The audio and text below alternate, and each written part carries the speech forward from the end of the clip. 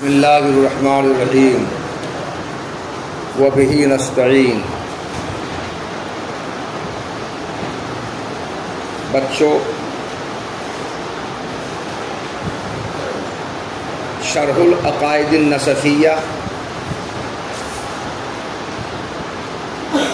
حضرت سعد الدین تفتازانی رحمۃ اللہ علیہ کی تصنیف ہے۔ یہ کتاب متن اور شرح دونوں کا مجموعہ ہے۔ متن العقائد النصفیہ ہے اور شرح العقائد النصفیہ ہے۔ شرح العقائد النصفیہ کے مصنف سعد الدین تفتازانی رحمۃ اللہ علیہ ہیں اور شرح کے مصنف عمر نصفی رحمۃ اللہ علیہ۔ شارح حضرت سعد الدین تفتازانی رحمۃ اللہ علیہ نے اپنی کتاب کے شروع میں اللہ کی حمد و ثنا بیان کی ہے،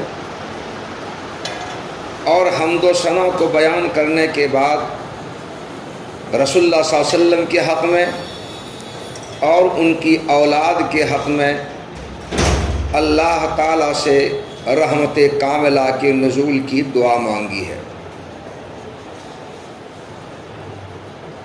اللہ تعالیٰ سے رحمت کاملہ کے نزول کی محمد صلی اللہ علیہ وسلم اور ان کی اولاد کے حق میں جو دعا مانگی ہے وہ عبارت ہے والصلاۃ علی نبیہ محمد سے، اور اللہ تعالیٰ کی حمد و ثنا کے لیے عبارت انہوں نے لائی ہے الحمدللہ المتوحد بجلال ذاتی و کمال صفاتی سے۔ ترجمہ عبارت کا یوں ہے، ساری تعریفیں اسی اللہ کے لیے ثابت ہیں جو اللہ اپنے عظیم ذات اور اپنے کامل صفات میں تنہا ہے۔ کامل صفات سے مراد اللہ تعالیٰ کی صفات ثبوتیہ ہیں، اور صفات ثبوتیہ وہ صفات کہلاتی ہیں جن کی نفی اللہ تعالیٰ سے کرنے سے اللہ تعالیٰ کے لیے نقص اور عیب لازم آتا ہو۔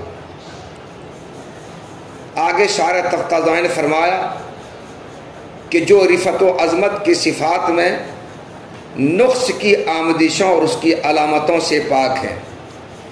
رفعت و عظمت کی صفات سے مراد صفات سلبیہ ہیں، اور صفات سلبیہ وہ صفات کہلاتی ہیں جن کا ثبوت اللہ تعالیٰ کے لیے نقص اور عیب ہو۔ تو حمد و ثنا والی عبارت کا ترجمہ یہ ہوا، ساری تعریفیں اسی اللہ کے لیے ثابت ہیں جو اللہ اپنے عظیم ذات اور اپنے کامل صفات میں تنہا ہے، جو رفعت و عظمت کی صفات میں نقص کی آمدشوں اور اس کی علامتوں سے پاک ہیں۔ اس کے بعد مصنف رحمۃ اللہ علیہ نے رسول اللہ صلی اللہ علیہ وسلم کے حق میں اور ان کی اولاد کے حق میں اللہ تعالیٰ سے رحمت کاملہ کی نزول کی دعا مانگی ہے۔ مصنف نے فرمایا اور رحمت کاملہ نازل ہو محمد صلی اللہ علیہ وسلم، اور رحمت کاملہ نازل ہو اللہ کے نبی محمد صلی اللہ علیہ وسلم پر، جن کو طاقت بخشی گئی ہے ان کے روشن دلائل اور ان کے واضح بینات کے ذریعے۔ روشن دلائل اور واضح بینات سے مراد معجزات ہیں۔ رسول اللہ صلی اللہ علیہ وسلم کو معجزات کے ذریعے طاقت بخشی گئی ہے، اور ان کی اولاد اور ان کے صحابہ پر رحمت کاملہ نازل ہو جو راہ حق کے رہبر اور راہ حق کے محافظ ہیں۔ اس کے بعد سعد الدین تفتازانی رحمۃ اللہ علیہ نے آگے فرمایا وَبَعْدُ فَإِنَّ مَبْنَى عِلْمِ الشَّرَائِعِ وَالْأَحْكَامِ وَأَسَاسَ قَوَاعِدِ عَقَائِدِ الْإِسْلَامِ هُوَ عِلْمُ التوحید والصفات الموسوع بالکلام۔ شارح تفتازانی نے فرمایا کہ علم شرع اور علم احکام کی بنیاد اور اسلامی عقائد کے قواعد کی جڑ علم التوحید والصفات ہے۔ علم شرع علم احکام سے مراد اصول فقہ اور فروع فقہ ہے۔ تو اصول فقہ اور فروع فقہ اس کی بنیاد اور اسلامی عقائد کے قواعد کی بنیاد، دونوں کی بنیاد علم التوحید والصفات ہے۔ علم الشرائع والاحکام کی بنیاد علم التوحید والصفات اس لیے ہے کہ علم التوحید والصفات کو علم کلام کہا جاتا ہے، اور علم کلام کے ذریعے اللہ تعالیٰ کی ذات و صفات کی معرفت حاصل ہوتی ہے۔ جب تک اللہ تعالیٰ کی ذات و صفات کی معرفت حاصل نہ ہو تب تک نہ تو اصول فقہ کا علم حاصل ہو سکتا ہے، نہ فروع فقہ کا علم حاصل ہو سکتا ہے، نہ قرآن کا، نہ حدیث کا، نہ انبیاء کا علم ہو سکتا ہے۔ گویا اصول فقہ، فروع فقہ، قرآن، حدیث، انبیاء کی معرفت موقوف ہے علم التوحید والصفات پر، علم کلام پر۔ اس لیے علم کلام جو علم التوحید والصفات ہے وہ جڑ اور بنیاد ہے اصول فقہ اور فروع فقہ کا، اور اسلامی عقائد کے قواعد کے جڑ علم التوحید والصفات اس لیے ہے کہ یہ علم التوحید والصفات اسلامی عقائد کے قواعد کو جامع ہے اور اسلامی عقائد پر دلائل قائم کرتا ہے۔ اس لیے اسلامی عقائد کے قواعد کی بنیاد علم التوحید والصفات ہوا۔ علم التوحید والصفات کا نام علم کلام رکھا گیا ہے۔ شارح تفتازانی فرماتے ہیں وَبَعْدُ، اور حمد و صلات کے بعد بچوں یاد رکھو علم شرع اور علم احکام کی بنیاد اور اسلامی عقائد کے قواعد کی جڑ علم التوحید والصفات ہے جو کلام کے ساتھ موسوم ہے۔ المنجی عن غیاہب الشکوک و ظلمات الاوہام، شارح علم کلام کے بارے میں کہتے ہیں کہ علم کلام شکوک و شبہات کی تاریکیوں اور وہم کی ظلمتوں سے نجات دینے والا ہے۔ شکوک و شبہات کی تاریکیوں اور وہم کی ظلمتوں سے مراد عقائد باطلہ ہیں۔ اسلام کے مخالف جو عقائد ہیں ان کی تعبیر غیاہب الشکوک اور ظلمات الاوہام سے کیا ہے۔ تو شکوک و شبہات کی تاریکیوں اور وہم کی ظلمتوں سے یعنی عقائد باطلہ سے علم کلام نجات دینے والا ہے۔ اس کے بعد شارح آگے کہتے ہیں کہ بچوں میں یہ بھی عرض کرتا ہوں وَأَنَّ الْمُخْتَصَ الْمُسَمَّى بِالْعَقَائِدِ لِلْإِمَامِ الْحُمَام قُدْوَةِ عُلَمَاءِ الْإِسْلام نجم الملت والدین عمر النصفی اعلی اللہ درجتہ فی دار السلام یشمل من هذا الفن على غر الفرائض ودر الفوائد فی ضمن فصول هي للدین قواعد و اصول وافناء نصوص هي للیقین جواہر و فصوص۔ شارح تفتازانی رحمۃ اللہ علیہ آگے فرمایا کہ حمد و صلات کے بعد بچوں یہ بھی یاد رکھو کہ یہ مختصر سا رسالہ جس کا نام عقائد نصفیہ ہے، جو باہمت امام علماء اسلام کے پیشوا نجم الملت والدین عمر نصفی اعلی اللہ درجتہ فی دار السلام کی لکھی ہوئی ہے، یہ مختصر سا رسالہ اس فن کی روشن باتوں اور مفید باتوں پر مشتمل ہے۔ اس مختصر سے رسالے کا نام عقائد نصفیہ ہے۔ تصنیف کن کی ہے؟ باہمت امام علماء اسلام کے پیشوا کی تصنیف ہے، یعنی عمر نصفی رحمۃ اللہ علیہ کی تصنیف ہے۔